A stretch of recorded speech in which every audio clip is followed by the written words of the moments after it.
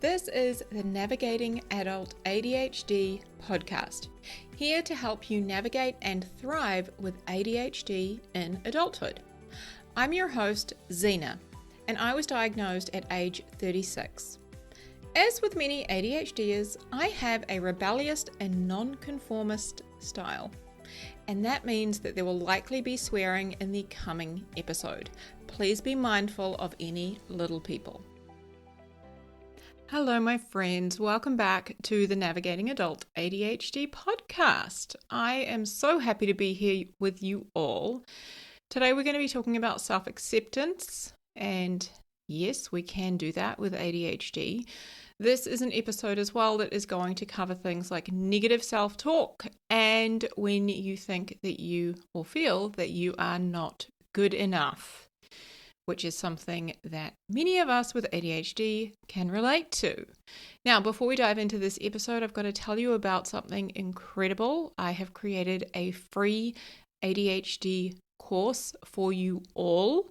So if you remember recently, I ran a masterclass, ADHD masterclass, where we talked about what it means to live with ADHD, all of the ways or many of the ways that that can impact and affect us. We unpacked a lot of the language around ADHD and talked about, what it means to have less serotonin, less dopamine, less norepinephrine, all of that. And in that class, I also went through a series of tools and how you can apply them to your life so that you can end some of your ADHD struggles and ultimately thrive. So I have broken that up into a free course. It is made up of 6 videos plus the welcome video, and I have created a workbook to go along with it. 100% free, 100% amazing. The feedback has been off the charts. So if you would like to access that ADHD course completely free, you can visit my website, zenajones.com. Remember, Zena is spelled with an X, XENAJONES.com. It's all yours, my friend. And the other thing I want to say before we dive in is I just want to say a huge, heartfelt thank you. I really hope you can feel, because this podcast has been doing incredibly well, and I have had so many people reach out to say that it's helping them and they really resonate with the content here and they're getting a lot of value from it. And that is because each and every one of you are helping to spread the word or are listening to these episodes, and more people are getting the support as a result. I know many of you have left a review or shared it with people who could really benefit, and I appreciate that hugely. So thank you so much, and I really appreciate all of you listening and sharing with other ADHDers, because that is what we want to do, is we want to help our ADHD community and all thrive together. All right, so let's talk about self-acceptance. Self-acceptance is the key to feeling better and creating a positive change in your life.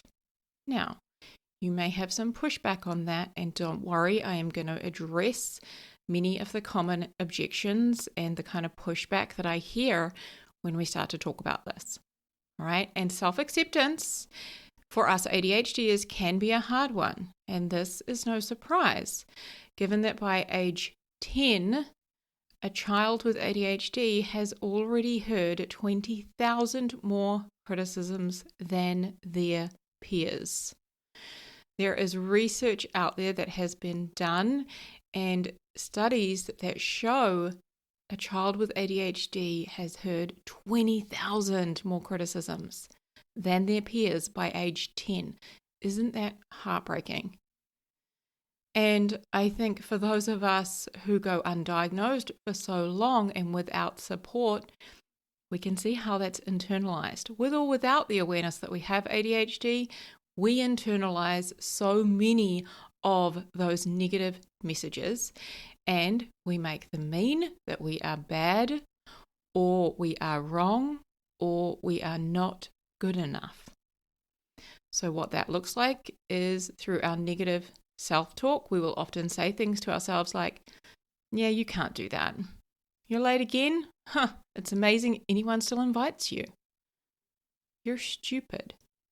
You don't have what it takes to apply for that job because you're so all over the place. You're never going to figure this out. You might as well quit while you're ahead. And we just think it's normal to speak to ourselves like that. We're just relaying the truth. And yet, we are so mean to ourselves and still wonder why we can't achieve our goals or create long-lasting change. Now, my friends, hear me when I say, you cannot hate your way to happiness. Trust me, I've tried. I'll share a little bit of that story with you all today. You cannot starve yourself into a healthy body. Self-acceptance and self-compassion is the way. I'm going to start by sharing a story with you all. Now, I don't know who originally shared this. I have borrowed it from somewhere and I would like to give credit, and I'm sorry I don't know where to give it. But I'm going to share a story with you all to really demonstrate the negative self-talk and how we can easily internalize this and just how powerful it is with negative self-talk and with the opposite, okay? So I want you to imagine a little kid comes to you and asks you to help teach them how to ride a bike without training wheels, okay?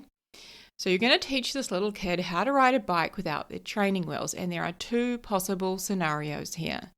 So in the first scenario, you're super enthusiastic, you're excited. You say to the kid, yeah, I would love to help you learn how to do that. You're going to be really, really good at it. And you go along. And you go to a big parking lot and you stay next to them, and maybe you hold the bike seat and you run alongside them until they start to feel confident that you can let go. And every time they fall off, you cheer them on, you tell them how impressed you are, that they just keep picking themselves up and going again. And every night you say the same thing. You say, hey, you're getting really good, and soon you're going to be able to do it really easy. Just keep going. I know it hasn't necessarily worked out yet, but you're doing really, really well. And you stay really enthusiastic and positive and committed to helping them and cheering them on and being really supportive. And maybe it takes a couple of nights, maybe it takes 20 or 100, and you just keep showing up for that kid and you keep being really enthusiastic and positive and reinforcing it, and they learn to ride that bike without training wheels. Now, in the second scenario, when that kid asks you to ride the bike, you laugh. You? Really? I think you're going to have a tough time learning how to ride without training wheels. Probably going to be a bit of a disaster. But you know what? I want to see this. So you go along to the parking lot and you stand on the side with your arms crossed, and you're mocking them, and maybe they go for a bit of a ride and they fall off, and every time they fall off, you say something like, told you wouldn't be able to figure it out. Like, come on, this is getting ridiculous. It's taking forever. And then you smack them on the back of the head and say, come on, hurry up. I don't have all day. Hurry this along. This is a waste of my time. And then at night, when, they're talking to you about it and saying this is really hard, you're like, yeah, well, you're not very good at it and you're not trying hard enough. And there's a lot of kind of negative reinforcement there. Which of those two kids do you think is going to learn how to ride that bike faster? And more importantly, which of them will enjoy riding a bike for the rest of their life? Now, the answer is pretty obvious, right? Like, it's the first one. But here's the interesting thing is most of us apply that second method to ourselves. We apply that second method to ourselves, especially with our ADHD. We compare ourselves to neurotypical people, and we think that we should be able to do things like they do them. Okay? It's like being a zebra and looking at a horse and thinking you should be a horse. No, you're a zebra, not a damn horse. Okay? So I really want you to keep that story in your mind because it is powerful. Method number 2 sucks and it doesn't work very well. Beating yourself up creates inconsistency. Beating yourself up creates going back to old habits. This was one of the first and probably one of the hardest lessons that I learned when I first experienced coaching back in about 2014 or 2015. So I myself was in a deep place of self-loathing. I had gone to the doctor to ask for weight loss pills, convinced that if I could finally lose this weight, I would just be happy. And thankfully, the doctor at the time, I was living in London at the time in the NHS health system, she was able to prescribe me life coaching sessions, which cost me nothing at that time. I was very, very fortunate. And I went along to coaching. And at that time, I hated my body and I really did hate myself. And I was convinced, as I said, if I could just lose the weight, I would finally be happy and life would be great. But after the coach asked me a series of questions, we were able to establish I'd lost the weight many times over, in fact. And even when I'd lost it, even at my lightest weight, I had never been happy. I'd always gone back to my old habits. I'd never stopped beating myself up. I'd never felt good enough. I had never felt any self-acceptance or approval. I had always continued to feel like I had something to prove. I was horrible to myself. I couldn't even look at myself in the mirror, and I had no self-esteem, no confidence. Self-acceptance is foundational in creating self-worth, in creating self-esteem, and in creating self-confidence. And this is so much of the work that I do with my coaching clients. And I'm going to walk you through that process today. And if you want help applying this to your life, then you can come and coach with me. I want to start by saying you are enough. Exactly as you are today, right now. You are valuable. You are worthy. You are lovable. You don't earn it. You were born with it. Now, I hear all of the pushback and all the reasons why you're not, and we're going to get to that, okay? I want you to imagine a baby being born today. And if you have kids, I want you to imagine your own kids. If you don't, nieces, nephews, if you're a person who loves babies, imagine the baby, okay? When that baby is born into the world, we don't separate them into piles. Oh, okay, this baby, yep, this one looks worthy. Let's put them in the worthy pile. Oh, yes, definitely good enough. Put them in the good enough pile. Oh, this one, no. Not good enough. Put them in the not good enough pile. We don't do that. Okay?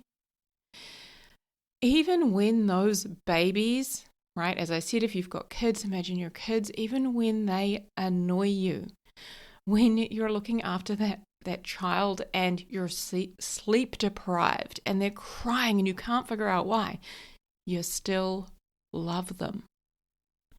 They don't have to do anything to be worthy. They just are. That little baby is you. That small child is you. So many of you are thinking, I'll be good enough when, fill in the blank. I'll be good enough when I lose the weight. I'll be good enough when I can get things done on time, or when I stop forgetting why I walked into a room, or when I stop being so scattered. I'll be good enough when I can finally create and stick to a routine. No.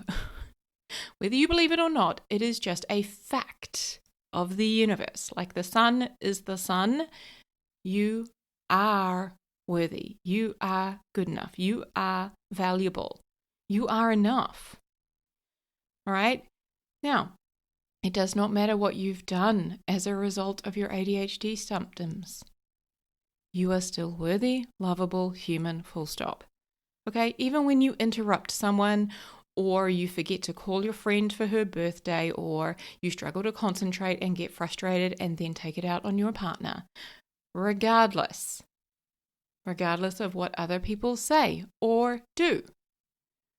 Okay, even when your partner gets annoyed with you for being late again, or when your friend tells you that they wish they heard from you more often, they feel like you're so far away.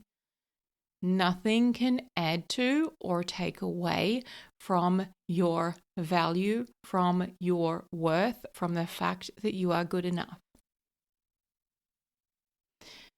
Now, my clients usually say, yeah, but what about da-da-da-da-da? Or, yeah, that doesn't apply to me, right? Now, that might be you. You might be wanting to argue with me and give me all of the reasons why that's just not true, or you need to do certain things, and then you might arrive at that place, right? You want to tell me all the reasons why it doesn't apply to you, and you've got this huge list of evidence for all the reasons why this just isn't true for you and all the things you need to change so that you can finally feel good enough and accept yourself as you are. Okay. How will you know when you have finally done enough to be good enough? What do you have to do to achieve good enough, to be worthy? What does somebody have to do to be good enough? I want you to think about these as I'm asking you these questions. And if you've got kids, what do your kids have to do to be good enough, to be worthy, to be valuable, to be lovable? What do they have to do? Because all of that same shit applies to you. Right? What are the requirements for entry? How will you know when you have arrived? When I ask clients these questions, I usually get a blank stare in some form of, well, I guess I've never thought about it before. Okay, well, if you've never thought about it, how are you going to know when you've arrived? How are you going to know when you're finally good enough? Are the hoops that you have to jump through the same hoops that everyone has to jump through? What do you need to do before you'll accept yourself and just believe that you are good enough? I actually encourage you to spend some time answering these questions. Either write them down, which is, there's a lot of studies around the power of writing things down and making it real on paper. Or if you prefer verbal processing, then speak them out loud to a safe person. And think about how much of your brain space is taken up by beating yourself up and trying to force yourself to be better and do better.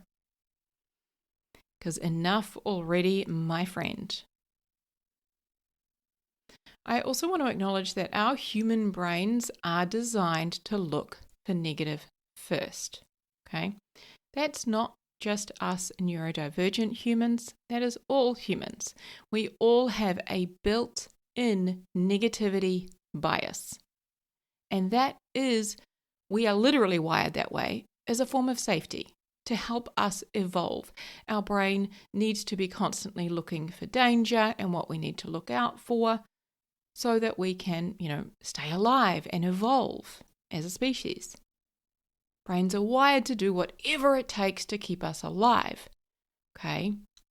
And sometimes our brain does go to some pretty nasty, sneaky tactics. But also a lot of this is learned behavior. A lot of this is, in some messed up way, thinking that if you're hard on yourself and if you force yourself to change, then you're going to feel good enough. But that isn't true.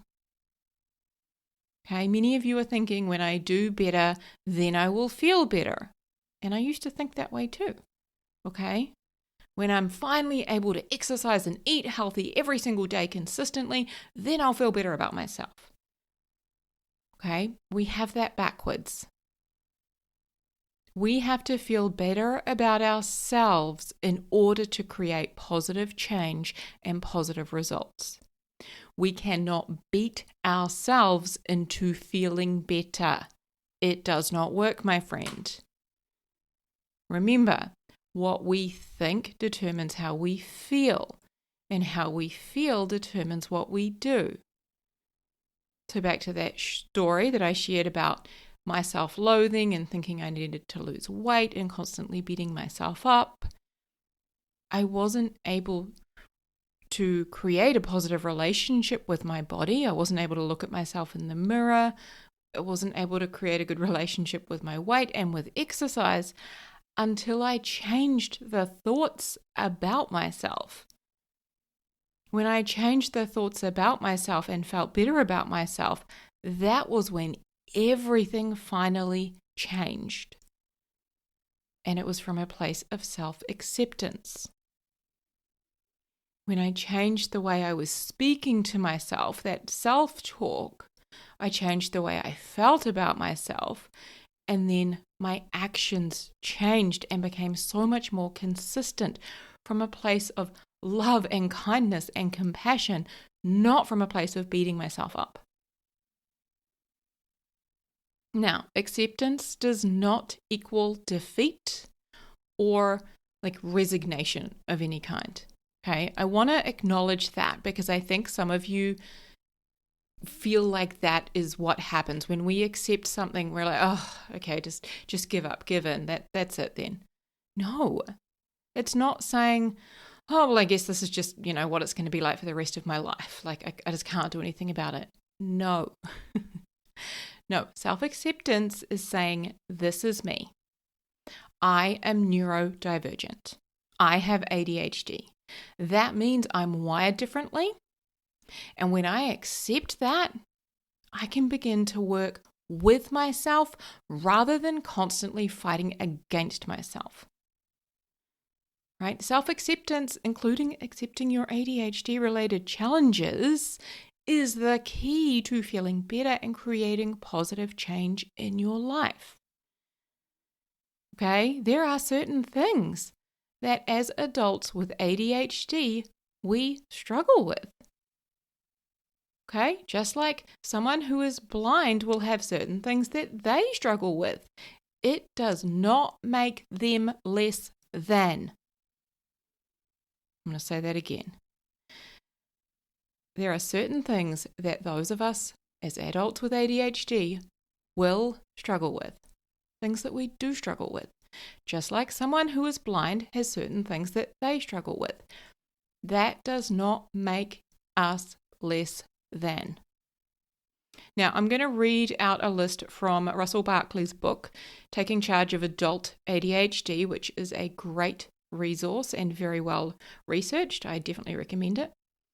So he talks about ADHD symptoms, and they typically fall into the following categories. So I'm just going to read this list out. Finding it difficult to tolerate and wait, being impatient, making decisions impulsively, making off-the-cuff comments to others, having difficulty stopping our activities or behavior when we think we should. We can't seem to wait for a payoff or to put off doing things that are rewarding now as to work for a later goal. We are likely to do things without considering the consequences of doing them. We are likely to skip out on work early if it's boring or do something more fun. We start a project or a task without reading or listening to the directions carefully. We often have a poor sense of time. We forget things that we're supposed to do. Sometimes we're unable to comprehend what we read as well as maybe we should be able to. And we have to reread material to try and get the meaning from it. We get frustrated or emotionally upset easily. We are poorly organized sometimes. My life and things seem in a constant disarray. We can have trouble planning and meeting goals we set for ourselves or carrying out the tasks even when we agree to do them for others. All of those things are symptoms of having ADHD. They do not mean you aren't a worthy human. Now, many of the things you may wish that you could change, or maybe the things that you dislike about yourself, are simply things that you were born with. Because those of us with ADHD, we are wired differently. Okay? Neurotypical people are the horse. If that's the case, we are the zebra. Let's enjoy being zebras and stop trying to be horses. Okay?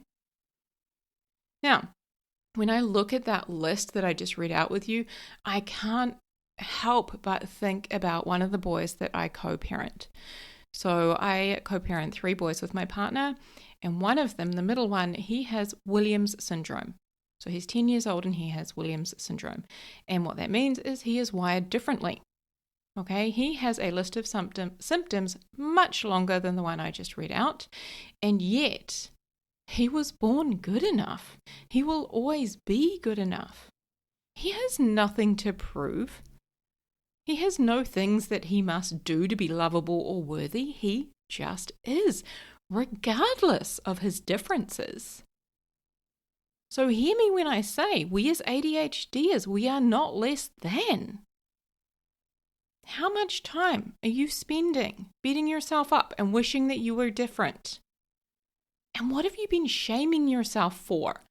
Make a list. Make a list of all of the ways that you thought you should be different, or that you think you should be different. Make a list of all of the ways you've been shaming yourself.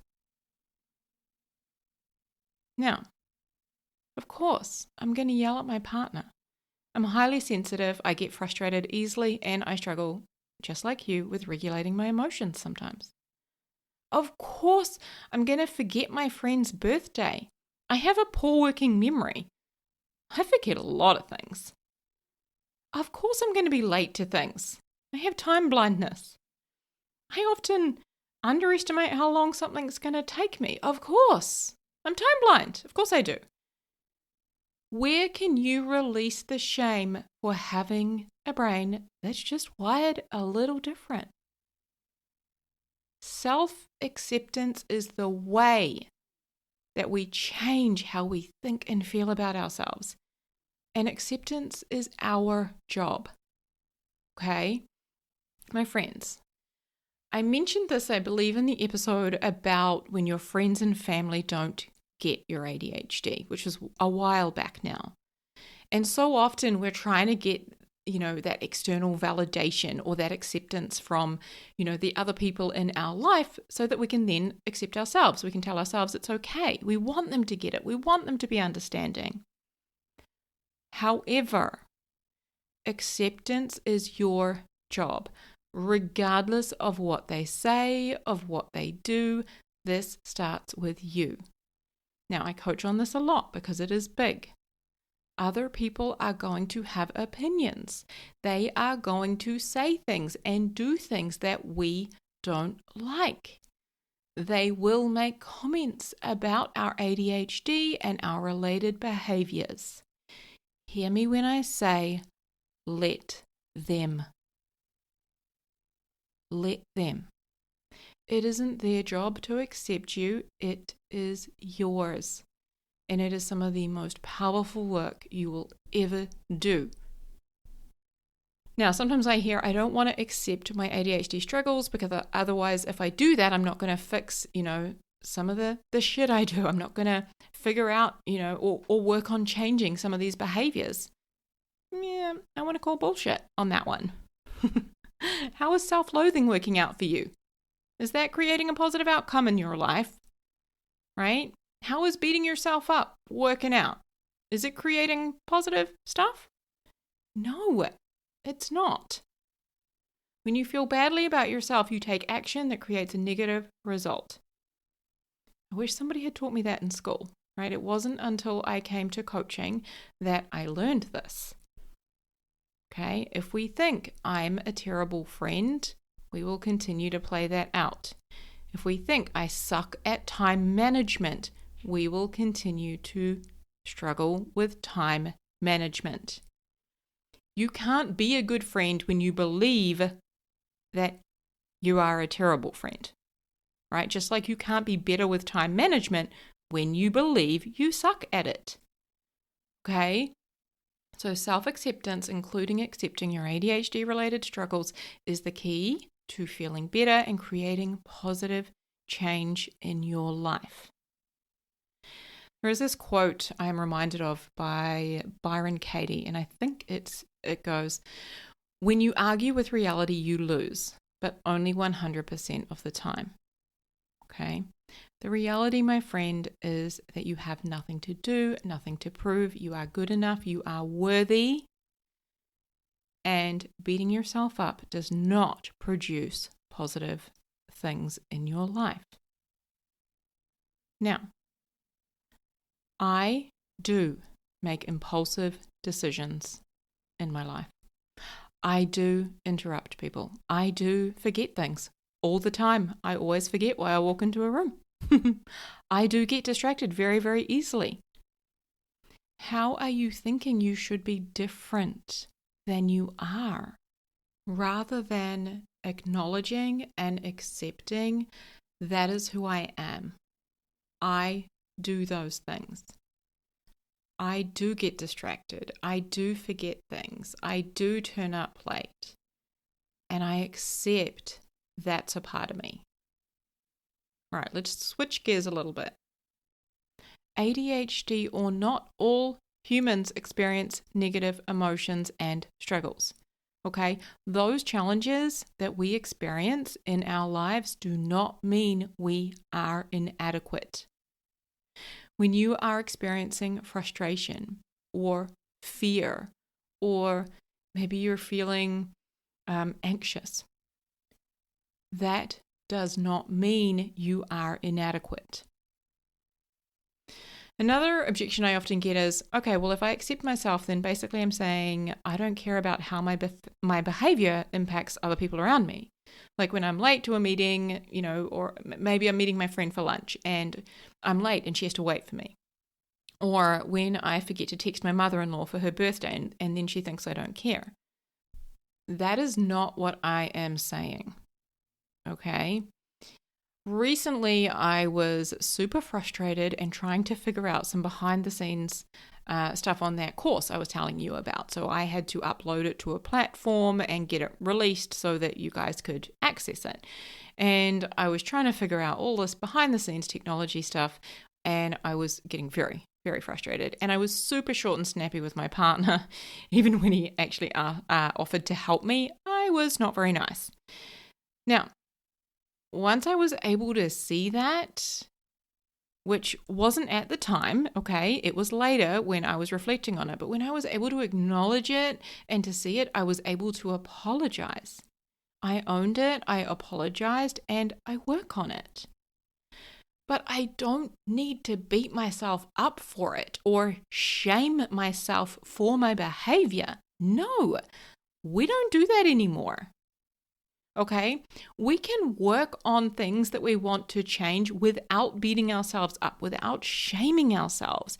Back to the story I gave you in the beginning about, the 2 different ways we could help a kid to ride without training wheels. Beating ourselves up does not work. Okay, we don't do that anymore. Another thing I want to address is, and I've talked about this on a couple of episodes, is you decide what you make things mean, right? As humans, we are meaning-making machines. We attach meaning to everything. The sun is shining today. I have made that mean it is a beautiful day. Now, I could make it mean that I'm a terrible partner for being short and snappy. Or I could make it mean that I was just having a tough time and I released that anger that I had and that frustration that I had in a way that I'm not super proud of and I'm actually going to work on changing. Okay? That is way kinder. I'm a human too, and these things happen, and that's okay. Right? Those are the kinds of meaning that I attach to behavior that I am still working on or, wanting to change. So just be mindful of that we get to decide what we make things mean. Okay? Now, make a promise with me right here, right now. Promise me no more mean self-talk. No more of that shit. Okay? Now, this is going to be something we work on every single day. Okay? Most of us have a brain that is in the habit of being a bit of an asshole. All right? We are in the habit of talking negatively and beating ourselves up. So this is something we are going to keep remembering and keep working on. Okay? It's not just like a click your fingers done kind of a thing. Hey, if it was, I would love that. I would totally tell you how to do it, but it's not. So I want to just quickly share what this process looked like and looks like, because it is still something I continue to work with for me. So when my brain is beating me up and being really hard on myself, I will, in my head, sometimes out loud, say, nope. And I will either, if possible, I will put my hand out, like stop. Like you put your hand out as if someone was walking up to you and you'd put your hand in their face kind of thing. Nope, stop. Or I will picture a stop sign. I went through like different variations of doing this. And when I would do it in my head, like when I was walking around out and about with people, I would go no and picture a bright red stop sign with the white writing in my head. All right? Either that or the hand. I do either variation of that. And when I go no, and then I'll say, we don't do that anymore. And then I will follow up with the things that I want to hear, with the positive reinforcement. Like, hey, I'm here for you. I got you. Like, what do you need right now? I'll often ask myself some questions to help turn it around. Okay, so when that negative self-talk arrives and I hear it, I go, no, we don't do that anymore. All right, I'm here for you. I got you. What do you need? How can I support you right now? What is the most loving thing that I can do for me right now? What does it look like to have my own back here? Okay, so I encourage you to take those questions, to write them down, and to practice that with yourself over and over and over again until it starts to become a habit. And the more you practice it, the more it does. Okay?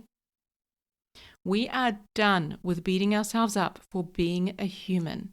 We are done with beating ourselves up for being a human with ADHD. Okay? Remember, you cannot hate your way to happiness.